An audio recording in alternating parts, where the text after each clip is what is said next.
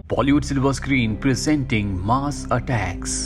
इस कहानी की शुरुआत में हमें धरती पर एक एलियन शिप को दिखाया जाता है जिसके बारे में अब यूनाइटेड स्टेट्स को पता चल चुका है। इसीलिए यूनाइटेड स्टेट्स के जो प्रेसिडेंट होते हैं जिनका नाम डेल है, उनके पास जनरल आते हैं और कहते हैं कि हमें जंग के लिए तैयारी करनी चाहिए। लेकिन जनरल की बात से कोई भी इत्तेफाक नहीं रखता। वहां पर जो लोग होते हैं वो कहते हैं कि हमें एलियंस से जंग की नहीं बल्कि दोस्ती की बात करनी चाहिए।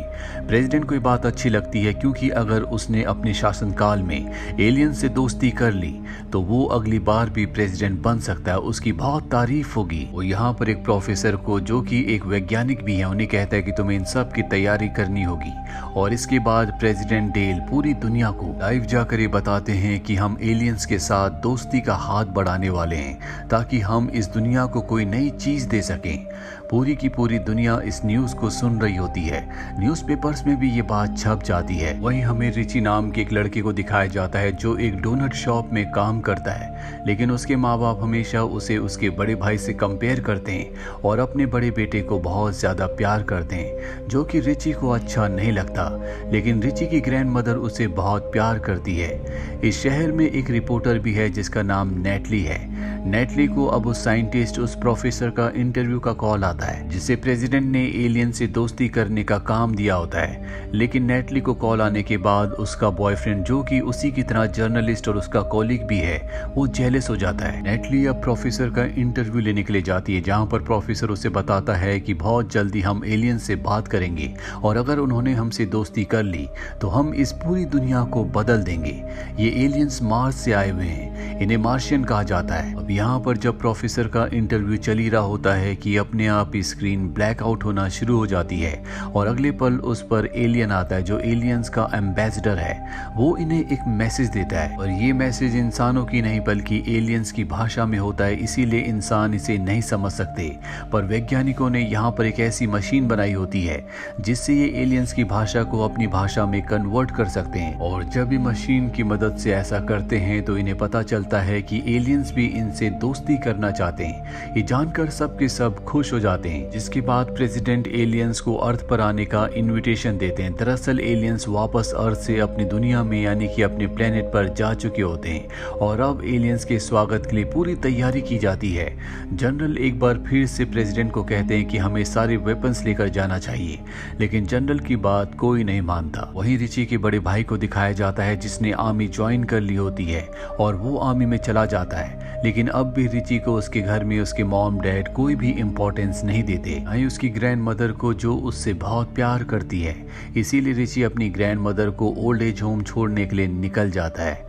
वहीं अब प्रेसिडेंट को दिखाया जाता है जो अपने घर में बैठकर अपने पूरे परिवार के साथ टीवी पर उस जगह को देख रहा होता है जहां पर उसने अपनी पूरी टीम को एलियंस का स्वागत करने के लिए भेजा है। यहाँ पर मीडिया भी होती है जो एलियन शिप का इंतजार कर रही है और अगले पल यहाँ पर एलियन शिप लैंड होता है। एलियंस बाहर निकलते हैं जिसमें एलियंस का एम्बेसडर होता है जो इंसानों से बहुत अच्छे से बात करता है और उन्हें बताता है कि हम इंसानों के साथ मिलकर आगे काम करना चाहते हैं। ये सुनकर सब के सब लोग बहुत खुश हो जाते हैं। यहीं भीड़ में एक लड़का होता है जो शांति के प्रतीक के रूप में एक व्हाइट पिजन को उड़ाता है, जिसे देखकर एलियंस पूरी तरह से अग्रेसिव हो जाते हैं। वो इंसानों के ऊपर हमला कर देते हैं। इसमें नेटली, उसका बॉयफ्रेंड और बहुत सारे दूसरे लोग मारे जाते हैं, जिसके बाद एलियंस वापस अपने स्पेसशिप में चले जाते हैं। प्रेसिडेंट को और प्रोफेसर को, जो कि वैज्ञानिक हैं, इन दोनों को समझ नहीं आता कि एलियंस ने हमला क्यों किया।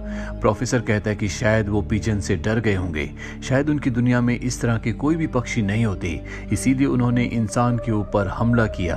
और ये एक बार फिर से एलियंस से संपर्क करने का तय करते हैं क्योंकि एलियंस ने कहा था कि वो इंसानों के साथ दोस्ती करना चाहते हैं। और अब प्रेसिडेंट और प्रोफेसर दोनों एलियंस को एक बार फिर से मैसेज भेजते हैं कि हम तुमसे मिलना चाहते हैं। एलियंस को जब ये मैसेज मिलता है तो जोर जोर से हंसने लगते हैं। दरअसल उनका जंग का ही इरादा था। जानबूझकर उन्होंने पिजन को देखकर इंसानों के ऊपर हमला किया था ताकि इंसान उनके बनाए हुए जाल में फंस जाए। इंसानों को ऐसा लगे कि एलियंस पिजन से डर गए थे, इसीलिए उन्होंने इंसानों के ऊपर हमला किया। यहाँ एलियंस ने नेटली को भी कैद करके रखा होता है, जिसे सब सोच रहे होते हैं कि वो मारी गई। दरअसल एलियंस उसके ऊपर एक्सपेरिमेंट करना चाहते हैं और एक्सपेरिमेंट करके वो उसके सर की जगह एक डॉग के सर को लगा देते हैं। उसके सर को बोतल में बंद कर देते हैं। और अब नेटली की बॉडी तो इंसानों वाली है, लेकिन उसका सर एक डॉग का है। वहीं इंसानों की लैब में एक एलियन की बॉडी को दिखाया जाता है, जिस पर वैज्ञानिक शोध कर रहे होते हैं ताकि उन्हें एलियंस की किसी कमजोरी का पता चल जाए, लेकिन उन्हें एलियंस की कोई भी कमजोरी नहीं मिलती। वहीं पर हमें रिची के बड़े भाई का फ्यूनरल दिखाया जाता है, जो आर्मी में चला गया था। एलियन के हमले में उसकी भी मृत्यु हो चुकी है। वहीं प्रोफेसर को एलियंस का जवाब आता है, जिसमें उन्होंने अपनी पिछली हरकत के लिए, जिसमें कई सारे इंसान मारे गए थे, उसके लिए माफी मांगी होती है। वो एक बार फिर से इंसानों से मिलना चाहते हैं। प्रोफेसर ये बात प्रेसिडेंट को बताता है और अब एक बार फिर से एलियंस का स्वागत किया जाता है। एलियंस का एम्बेसडर अपने कुछ एलियंस के साथ इंसानों से मिलने आता है, जहां पर वो सबके सामने स्पीच देता है। स्पीच देते देते वो अपने अंदर से एक गन निकाल कर यहाँ पर कई सारे लोगों को मार देता है। प्रेसिडेंट और प्रोफेसर जो सब कुछ देख रहे होते हैं, वो पूरी तरह से हैरान होते हैं कि एलियंस ने एक बार फिर से इंसानों के ऊपर हमला कर दिया।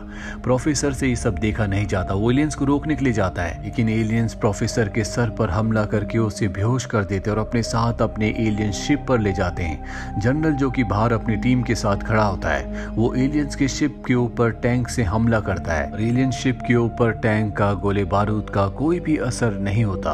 और अब प्रेसिडेंट भी पूरी तरह से एलियन से गुस्सा हो चुका है। वो आर्मी ऑफिसर्स की एक मीटिंग रखता है, जिसमें वो कहता है कि एलियंस की अब इन हरकतों को बर्दाश्त नहीं किया जाएगा।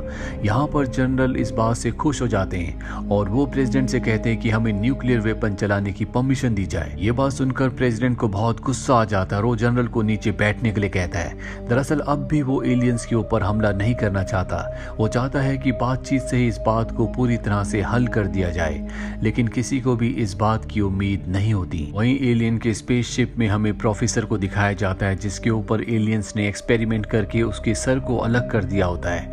अब उसके हर एक बॉडी पार्ट्स को अलग कर दिया गया है। उसके पास नेटली आती है, जिसका सर तो इंसान वाला है, लेकिन उसकी बॉडी एक डॉग वाली है।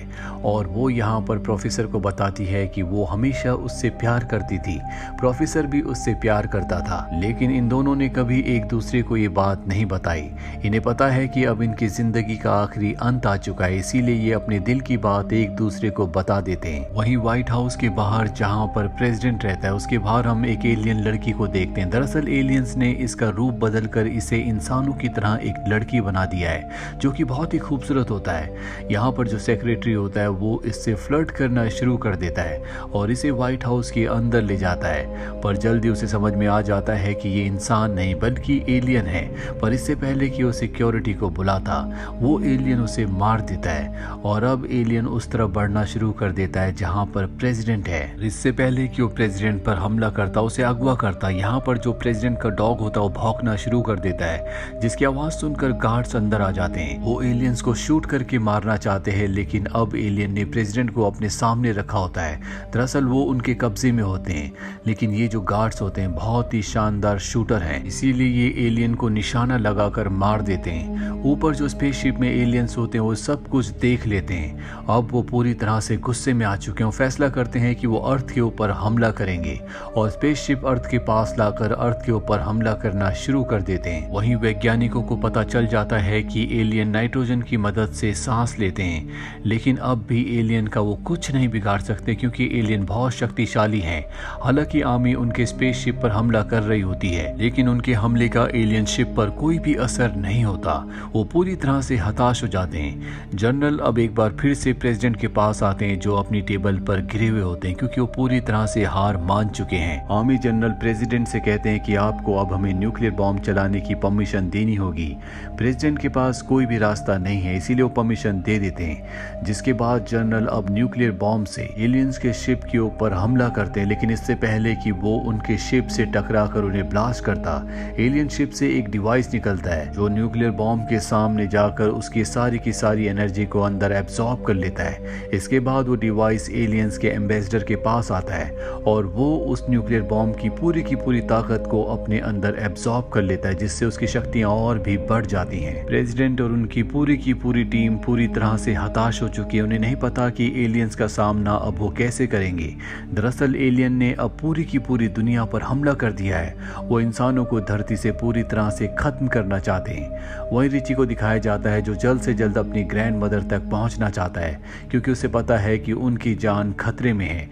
और जब वो वहां पहुंचता है तो देखता है कि उसकी ग्रैंड मदर हेडफोन्स पर म्यूजिक सुन रही होती है। तभी वहां पर एलियंस भी आ जाते हैं और जब उसकी ग्रैंड मदर अपने हेडफोन्स को उतारती है तो म्यूजिक की आवाज को एलियंस बर्दाश्त नहीं कर पाते और वहीं पर मारे जाते हैं। और अब रिची को और उसकी ग्रैंड मदर को पता है कि एलियंस को कैसे मारना है। दरअसल वो जान चुके हैं कि एलियंस लाउड म्यूजिक को बर्दाश्त नहीं कर सकते, इसीलिए अपनी गाड़ी के ऊपर वो म्यूजिक को प्ले करके रेडियो स्टेशन की तरफ निकल पड़ते हैं। रिची अपने बड़े भाई की मौत का बदला भी एलियंस से लेना चाहता है। वहीं प्रेसिडेंट के ऑफिस में दिखाया जाता है जहां पर प्रेसिडेंट के पास एलियंस का एम्बेसडर अपने कुछ एलियंस के साथ पहुंच जाता है। वो प्रेसिडेंट के सभी लोगों को मार देता है, प्रेसिडेंट को नहीं मारता। और अब प्रेसिडेंट उसे एक पॉलिटिशियन की तरह स्पीच देता है ताकि वो इंसानों के ऊपर हमला ना करे, पर एलियंस पर इसका कोई भी असर नहीं होता और वो प्रेसिडेंट को मार देते हैं। वहीं रिची को दिखाया जाता है जो रेडियो स्टेशन पहुंच जाता है और वहां से सबको बता देता है कि एलियंस को कैसे मारा जा सकता है।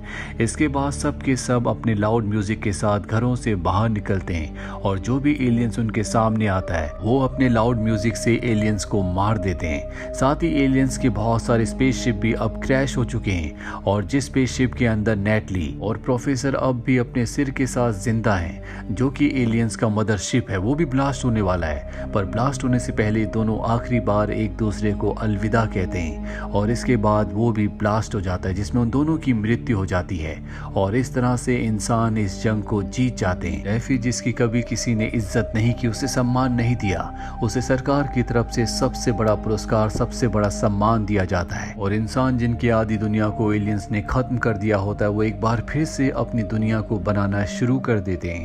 और इसी के साथ ये फिल्म जिसका नाम मार्स अटैक्स है यहीं पर खत्म हो जाती है। उम्मीद करते हैं कि ये साई-फाई कहानी आपको पसंद आई होगी।